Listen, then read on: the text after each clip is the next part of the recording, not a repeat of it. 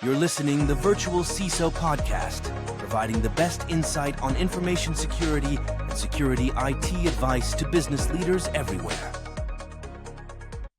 Hey there, and welcome to yet another episode of the Virtual CISO Podcast. With you, as always, John Verry, your host, and with me today, Kenny Scott. Hey, Kenny. Hey, what's up, John? Nice to meet you. Likewise. I always like to start simple. Tell us a little bit about who you are and what is it that you do every day. Yeah, I'm Kenny Scott. I'm the founder and CEO of Paramify. I've been in this security space for almost 2 decades now. But essentially what we do at Paramify is we want to make great risk management accessible to anyone. And cyber risk management in particular, that's where we're focused right now. It's incredibly challenging for companies. The core aspects are planning, implementation, and execution on the implementation side of risk management. And then on the other side, it's planning, execution, and reporting on the assurance side. And so there's not that we've found a one-stop solution that handles all of it, and we're not trying to be that. What we do is we help professionals build solid plans using their existing stack, so their people, places, things, people, process, technology, whatever it is, and automates the required deliverables for managers, assessors, customers. And where there's gaps, we connect them with great partners and great tools and excellent deliverables in a very short time.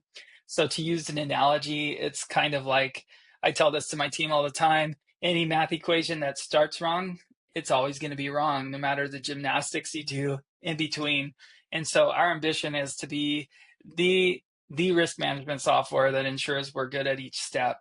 So for the most complex problems, from setup to execution, and then you're showing your work the whole way. So that's what I'm doing all the time, building software with my team. Love it. Awesome. Before we get down to business, what's your drink of choice?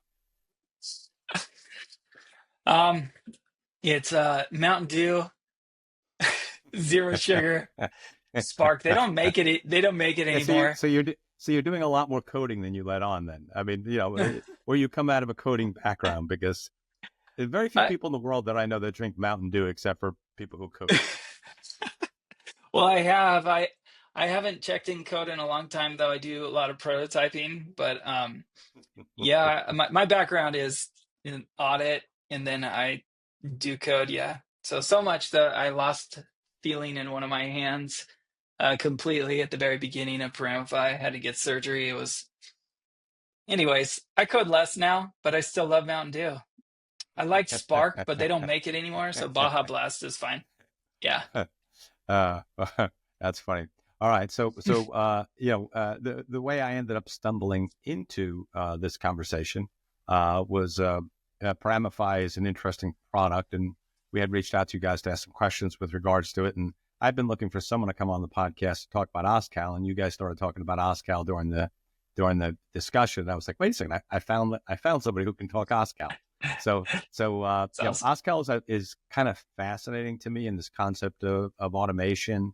Has just an amazing potential, to reduce complexity, reduce time to target, etc. So that was why I wanted to chat with you on this stuff. So let's start simple. What is OSCAL? I like your word, the potential, but OSCAL is the Open Security Controls Assessment Language. That's what it stands for. It's basically a more structured JSON.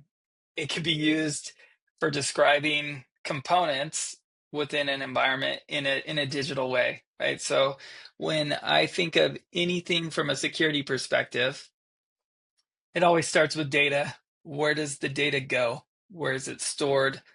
What are the people that interact with that data? What are the technology, the compute, or whatever the components that you're using that process it? And then where is it stored? What are the procedures around handling that? So people, process, tech, and OSCAL is basically a more structured JSON that can be used for describing that, right? And then you can also tie it to both the implementation side of security and the assurance activities that go along with that. So we really like OSCAL's potential, and we've been using it for a long time.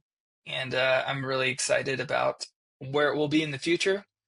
It's still got a long way to go, though, for sure. Yeah. So would it be fair to say that it's effectively a markup language for security documentation? So like we were going to have a password policy that if I looked at a OSCAL representation of that, it might have a hashtag kind of thing that says, policy, and then it might have guideline, and it might have control, and it might have methodology, or whatever those defined tags are.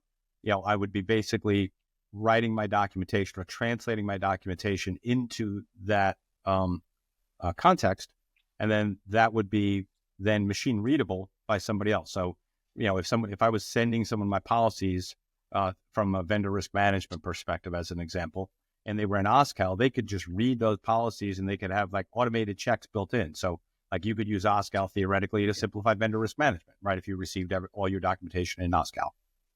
Basic idea? Yep, that's the idea. OSCAL out of the box doesn't do any of that. It's just a standard, Mm-hmm. which is No, I got you. what I really love about it. It's an enabling technology, right? Just the same way HTML in and of itself does nothing, but with a web browser and a website, magic kind of can happen. Okay. That's exactly right. That's a perfect analogy I use a lot. HTML, right, which is absolutely ubiquitous now. OSCAL is far from ubiquitous, right? But it has potential to be a lot further along. Well, so let's talk about that potential. Like, why do you, you guys it seemed like you pushed a lot of your chips into the middle on OSCAL. Why is it, why is it important for business? Why is it important for a security professional? Yeah, I just liked it because it was a standard, honestly. I do risk management in my own way, and it's been working really, really well for me and for my teams and for now my customers. We try to make it as simple as possible. The reason that people need it's important for them is it's just better to describe things digitally rather than the traditional methods, right? Of, Word documents, spreadsheets. It's better to think in terms of capability, and OSCAL provides a way to do that. So I've always, before I found out about OSCAL, I was doing things for clients in how I handle risk solutions, which are capabilities, right? So a capability could be something really complex, like or technical, like a sync between your Active Directory and your SSO, solution. It could be something like that, or it could be something that's less technical, like some sort of HR background check procedure, right? And so how do you describe those things? And that's what gets mapped to all of the requirements, the cloud security requirements that they have, for questionnaires, like you mentioned, or it looks like we'll talk about it later, some of the other compliance regimes. But it's better to think in terms of capability and describing that in the most concise way, just getting that inventory of capabilities down to the smallest possible number. That way it's not so overwhelming for you to manage it. OSCAL provided a way where I could take that capability, and then it's kind of a middleman to say, hey, here's the standard for how you describe controls. And it does have everything on the security planning side, the execution of that plan, and then the reporting. It has all the elements that you need. And so that was great having all of that. And then from there, I could produce any kind of deliverable that's needed, whether that was a full-on FedRAMP ATO package, which we do, or a full-on, a SOC 2, Section 3, Section 2, all of that, can be described from the same base set of how you implement security. So that is what is so powerful about OSCAL as a standard. And I think it will get, it will get more and more adopted, but still people want things presented in the way that they expect to see them. And I don't think that's going to change in the next 10 years we're not going to get everyone to agree, oh yeah, this is how we want it to look always, all the same across every regime. That's not going to happen. So we just use OSCAL. It's just a benefit for us. Nobody's Gotcha. going to go, oh yeah, anyway. Yeah. Well, I mean, isn't it part of a broader consensus that a common structured way of communicating something has a tremendous number of benefits to parties on both sides of communication with regards to that? So as an example, right, under NIST 800-218, right, the idea of an SBOM, a secure software bill of materials, being digital, right, machine readable. I forget the name of the format that they use for that, but a machine readable, SBOM has a lot of value, to both the party that produces it, right? Because once we've got to the point where we can produce it repeatedly, consistently, without error, without flaw.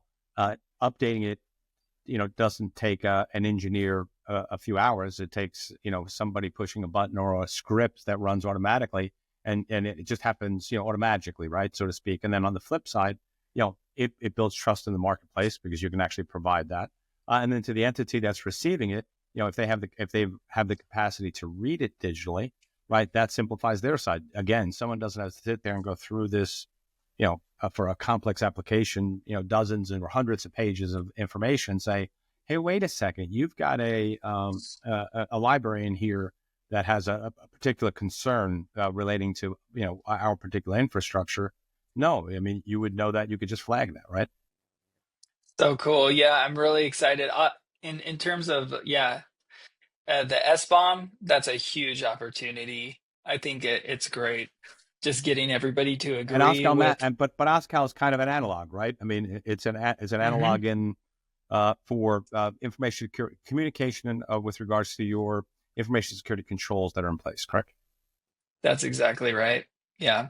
Yeah, So that's there's lots of going to be really options cool. there. So you It mentioned, is cool. you mentioned in our conversation with your team, you weren't on it, was specifically with regards to FedRAMP. So I think FedRAMP is a very unique beast relative to most call them attestation frameworks, in that it's an onerous level of documentation. And at Paramify, you're trying to figure out how to use OSCAL to reduce the time and effort necessary to both, I think, initially produce and then maintain that documentation on a go-forward basis. Why don't you talk a little bit about that and and how that works and how people would use it and what the benefits would be for them? Yeah. Yeah, that's great. Yeah, FedRAMP is a beast. But it's really, really an important framework, and I think it needs more and more adoption. FedRAMP is very comprehensive. When you think, what is my cyber risk? What are the cyber risks that I need to consider? They've gone way ahead and said, like, we already know what those are. We know what the cyber risks are. If you're an infrastructure as a service, if you're a platform as a service or a software as a service, or if you're even a self-hosted software, we know what those risks are. You don't have to reinvent the wheel. We know what they are, and we know the things that you should implement.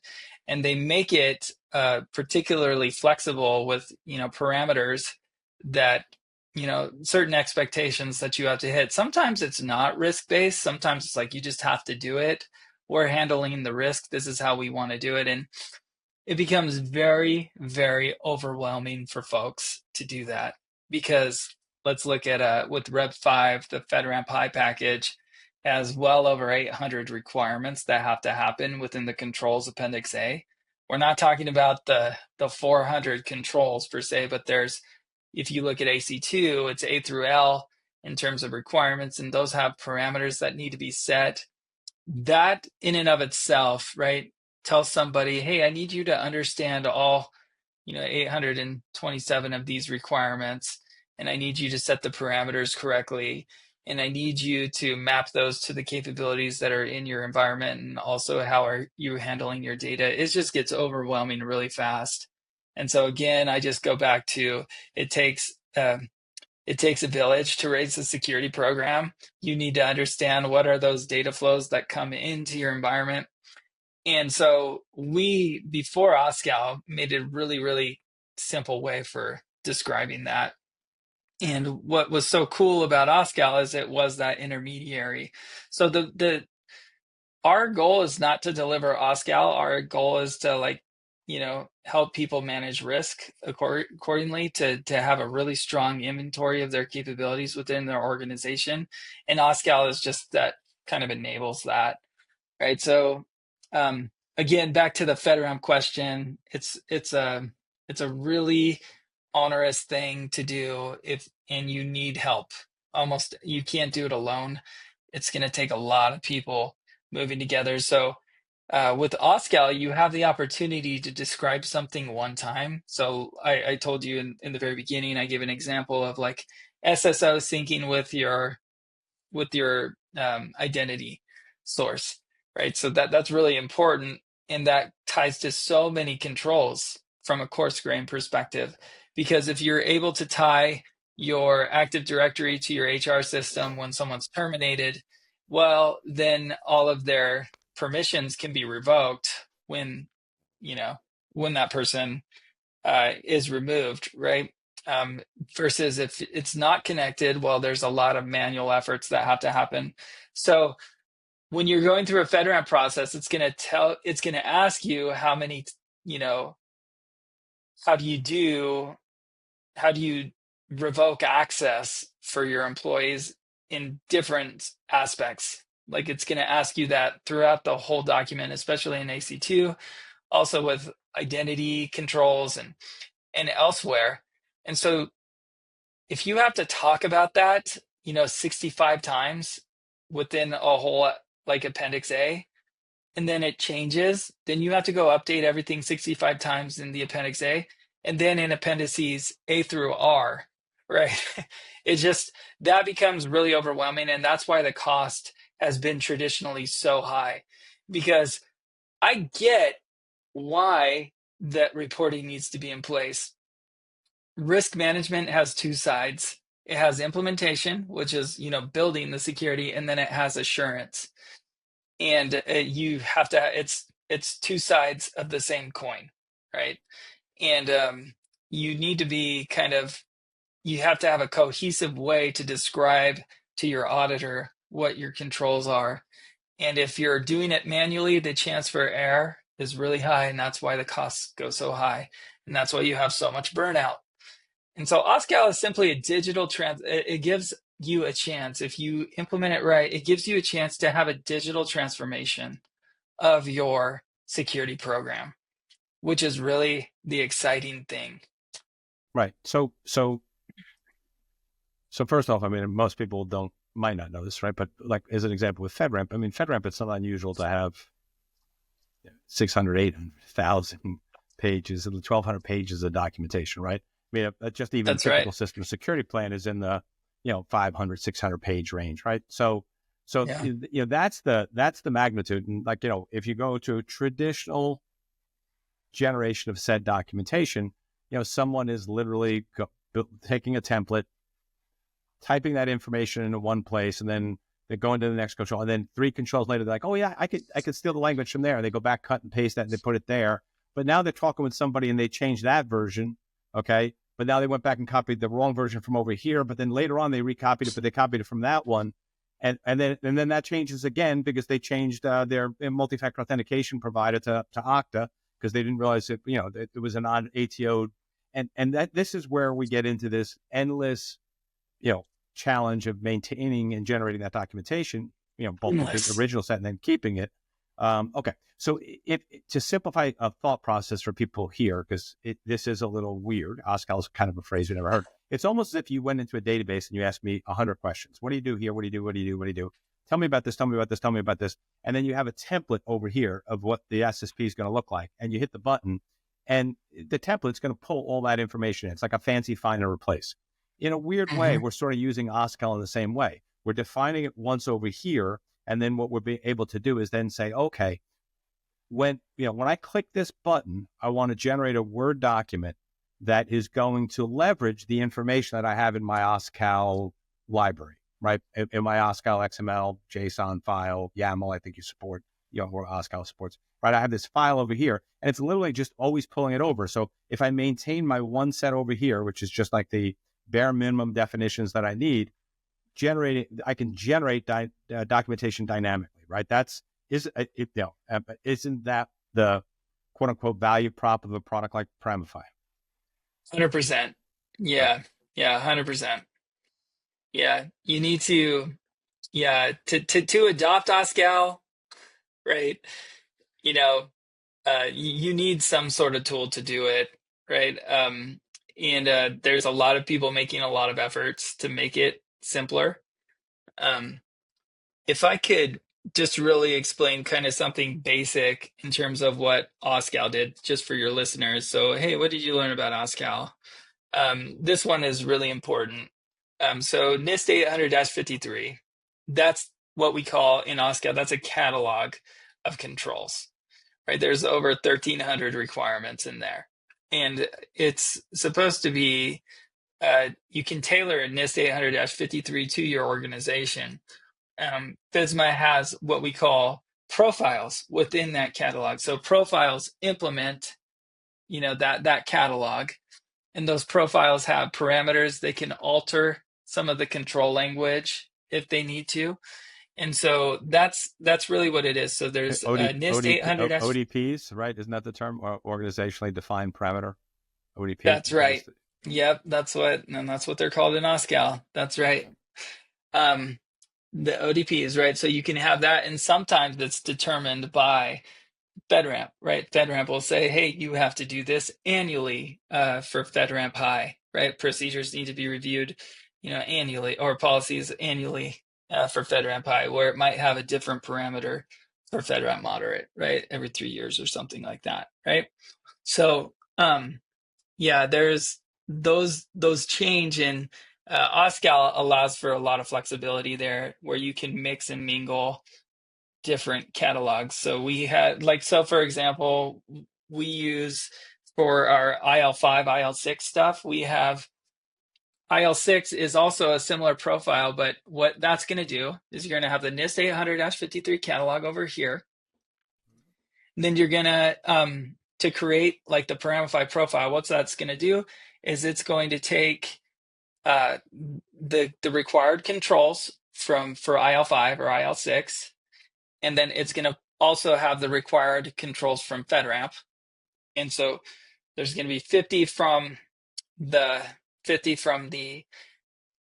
or so, I'm not saying exact, right? But there's going to be 50 or so controls from the IL5 that are also going to mix with some of the FedRAMP ones. And there's also going to be modifications to some of the FedRAMP controls for IL5. Okay, and on top of that is they'll have general readiness requirements as well, which is a whole other catalog. And so pulling that together digitally, like in a platform, is way better than a Word document. Even, the agencies themselves, when someone say, hey, give me a template, fill out this template of ours, and that will be fraught with errors because it's copy pasted right into a Word document. They'll say like, hey, this is control. I don't know. I'm not saying specifically, but this is like SR2, but it will be the language from AC2. You know what I mean? Oh yeah, absolutely. And so it's just too difficult. It's not really anyone's fault. It's just a lot. And those controls are ultimately really important. And so you understand, yes, you need to do it, but it's just so hard to do because of the mechanisms we've been given. Right. So I don't know if that was too technical, but I think that's an example of how it goes. Right. Yeah, I think it gives people an idea of like what OSCAL. Now, one other thing too is, and correct me if I'm wrong on this, I think one of the other drivers to this and one of the other benefits to using OSCAL on the front side, not only are we saving time, energy, effort, reducing errors, but isn't it the intention of the FedRAMP PMO to reduce the cost? I mean, FedRAMP is ridiculously expensive, right, as well. I mean, depending on who you talk to, it would be unlikely someone would tell you your all-in cost is less than $400. You're going to hear people tell you, and for some organizations, the all-in cost is $1 million. right? Which is just Oh, unacceptable, especially now with it's CMMC. way over that Yeah, sometimes. yeah, yeah. And CMMC is Yeah. driving, CMMC is driving more FedRAMP interest, right? Because we've got on the flow down, the FedRAMP moderate or equivalent requirement. So, the government's looking at this and going like, we got to make this less expensive for people to do. OSCAL's a way of doing that, right? So That's right. if you, because a big part of that cost, right, is the cost of the 3PAO to conduct the audit, right? So a FedRAMP moderate audit, ballpark cost $250,000. You kind of agree with that, and then $150,000 a year probably. If we can, they're sitting there reading your docs. If we can actually, if that's machine readable and they have the capability of machine reading it and doing checks, and then only having to look at things which deviate from what expectation, let's say, as an example, and that propagates all the way up to the agency ATO office as well. That's a win for everybody, right? 100%. It's less painful for the 3PAO. The bill goes down, but the profitability probably doesn't. And it's better for the ATO because their level of effort to get someone to support an ATO is a lot less, right? So, I mean, this is kind of like win-win-win if we can get OSCAL, working the way that whoever was smart enough to think about this from the beginning, envisioned. Yeah, it's really great. In order for an organization to adopt OSCAL,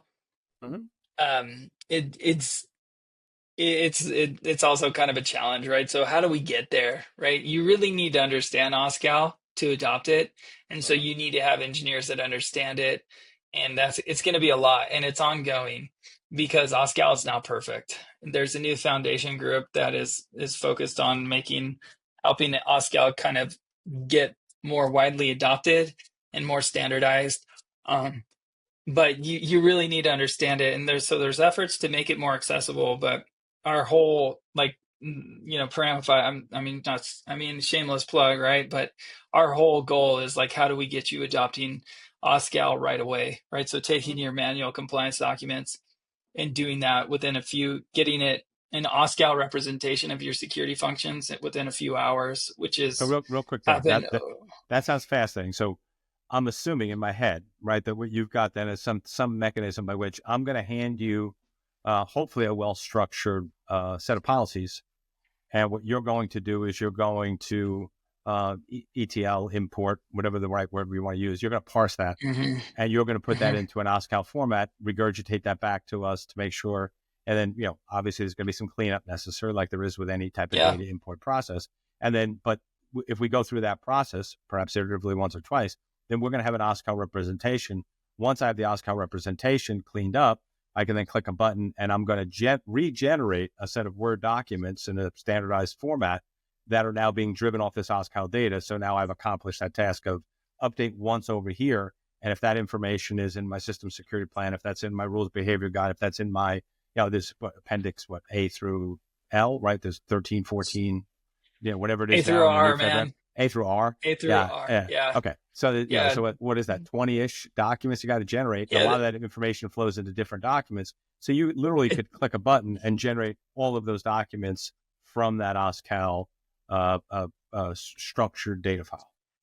That's right. Yeah. Garbage in, garbage out, right? So if it's really bad, which is the expectation because of the structure that has been given to them, it's not their fault, right? It's like you're talking thousands of pages, right? So yes, if it is structured, that's awesome. But usually what we do is we ultimately go back to data flows, right? That you don't need a tool to really.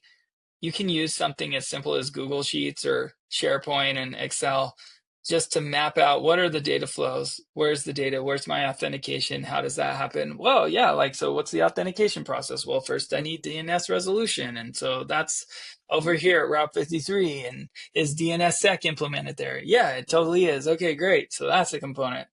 And then from there, where does it go? Well, it goes to the application load balancer, and then it goes through a firewall, and then it goes through Nginx, and then it goes to the app, right? And so that's how you kind of discover it.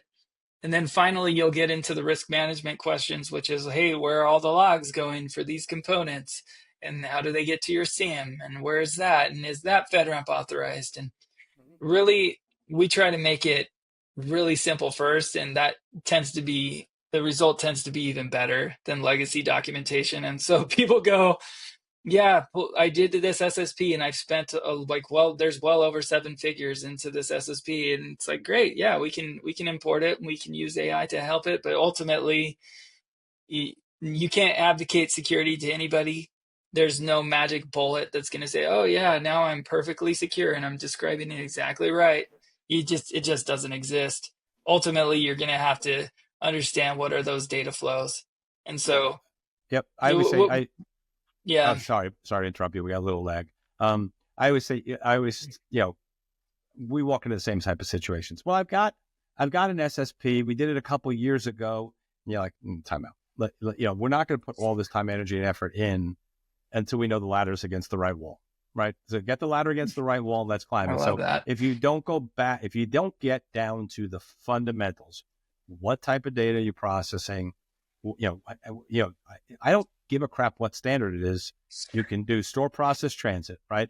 Follow, whether it's PCI, whether it's CMMC, that's CUI data, right? What's CUI relevant? How do we establish the scope? If you don't understand like how that data flows through its whole life cycle, what third parties are touching it, what are the laws and regulations that govern its operation, what are the client contractual obligations and expectations, what are the cyber liability insurance, if you don't understand all of that stuff, then like I don't give a crap about anything until I understand that. And then we can, because half the time, like and you've probably experienced this, right? You got people that are like, we go and do CMMC work, and you got people and they're like, we got the SIM all set up, and it's like, and we got every system reporting into it, this, that, and you're like, okay, well, let me see your SSP scope. Well, we haven't gotten to the data flow. Well, let's do that. And okay, well, guys, you got to start there. Otherwise, you're screwed. You have 5 CUI relevant assets. If we architect your enclave this way, those are the only ones that you actually need your SIM to talk to.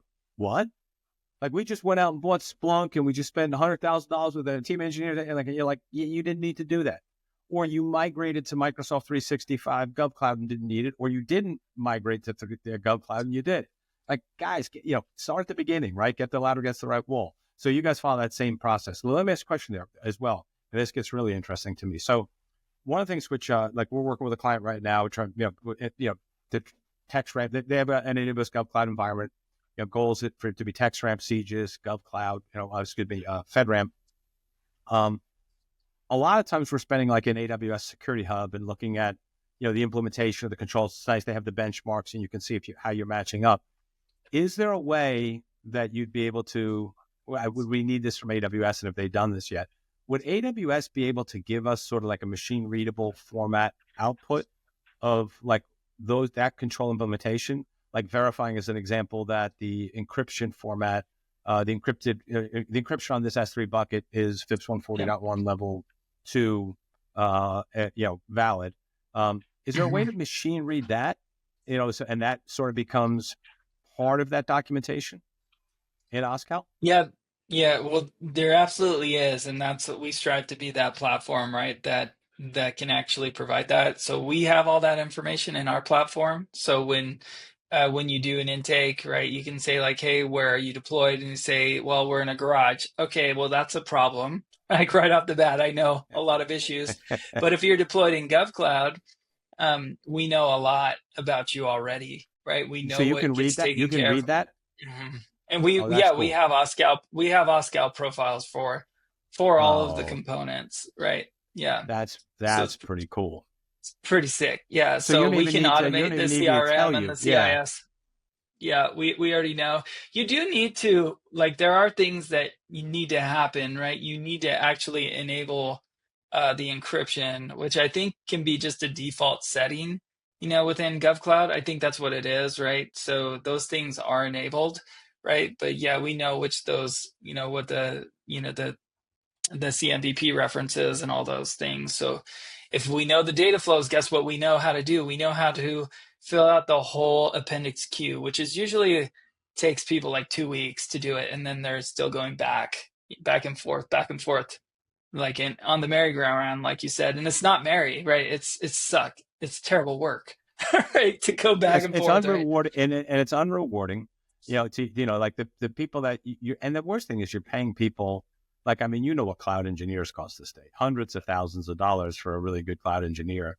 And you've got this guy doing, busy work effectively? I mean, he's the only one who can do it because he's the only one who really understands the diagram. But I mean, it's ticking and tying and checking and validation, and he's not enjoying it, and it's costing a fortune. So I'm just curious: have you guys ever figured out, like, if you can use this stuff effectively, right? You know, I understand there's an if, but if you can use this stuff effectively, right? Like, as an example for Paramify, doing what you're doing, do you think you would cut the cost of doing the FedRAMP consulting side, right? Because you're not yet on the ATO on the testing side. I understand that, but that's a future potential, right? When they implement that side, but on the prep side, let's call it, and then the ongoing maintenance side. Well, let's just talk about prep, right? You know, have you done any benchmarks as to we reduce the time by X% and the typical consulting cost by Y%? Oh my gosh. Yeah. Well, first off, I do believe that AI and tools like Paramify are super important, but they are the analogy I use, John, is like, hey, this is the Iron Man suit for Tony Stark. So I do think that consulting organizations that are premier are going to stay premier.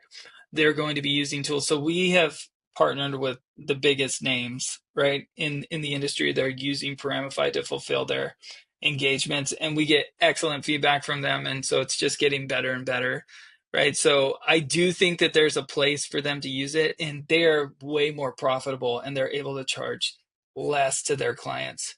We had an example of here's like to your example earlier of like garbage in, garbage out.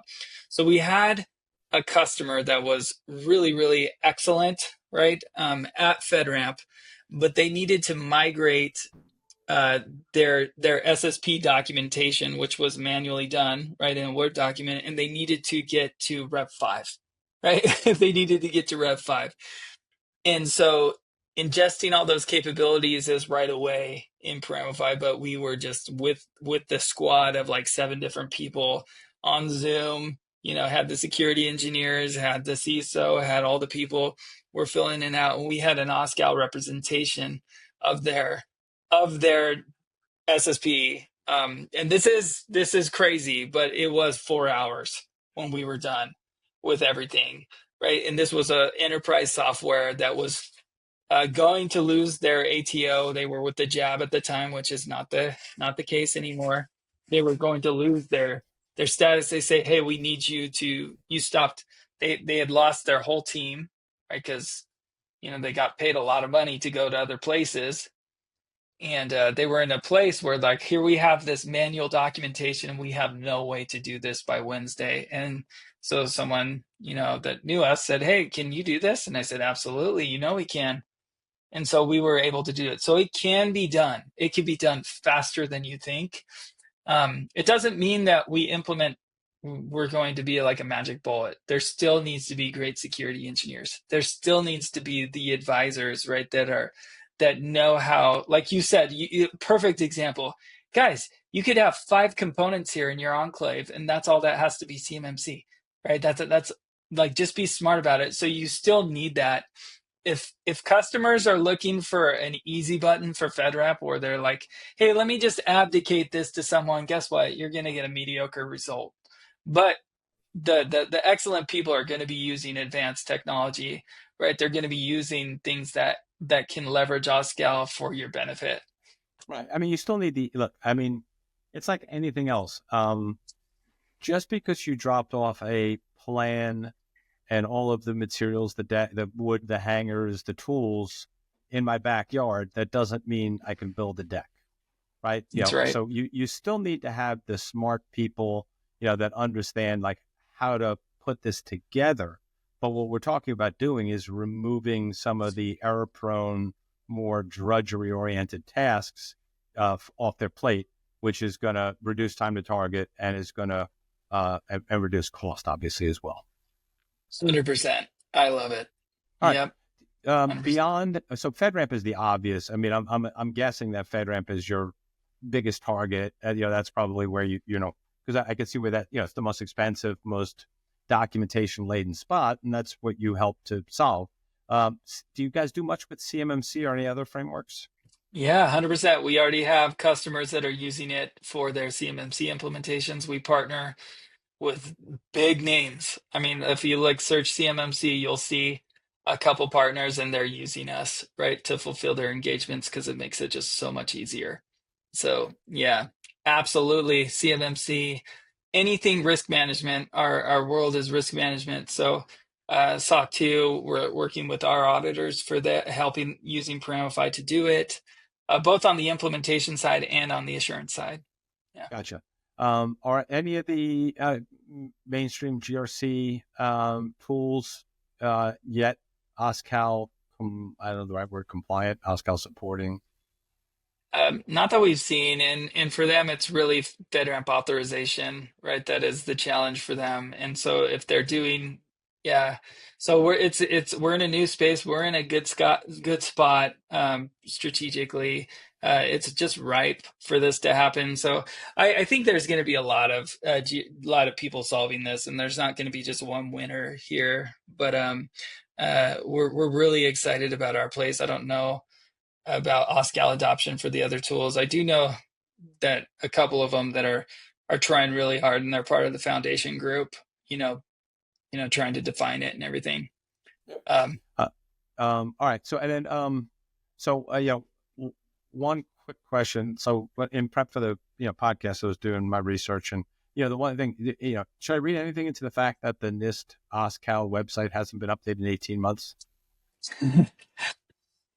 Yeah, I think, it's just a funding issue. So there is a new OSCAL Foundation that's trying to solve that.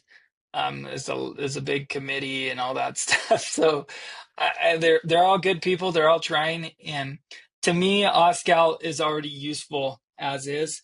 And if it makes changes and improves, great. I love it, right? And I do think that Michaela Yorga, who's like at NIST, right? Her team has done incredible work in getting it to where it is, and it's very usable for us right now, right? It's very usable. It's just the tools to adopt it, and so that's what we're trying to do, right? Gotcha. Yeah. And then if I asked you to look into your crystal ball, what do you see for OSCAL in the next 3 to 5 years? I think that it's here to stay.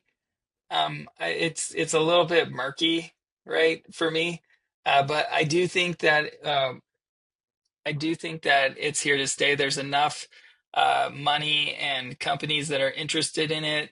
Companies like GitLab and all of our customers, right? So that they're very interested in OSCAL. On the audit side, they still prefer reading things in a general format, right? In a Word format. So that's fine. If you do OSCAL correctly, that's not a problem.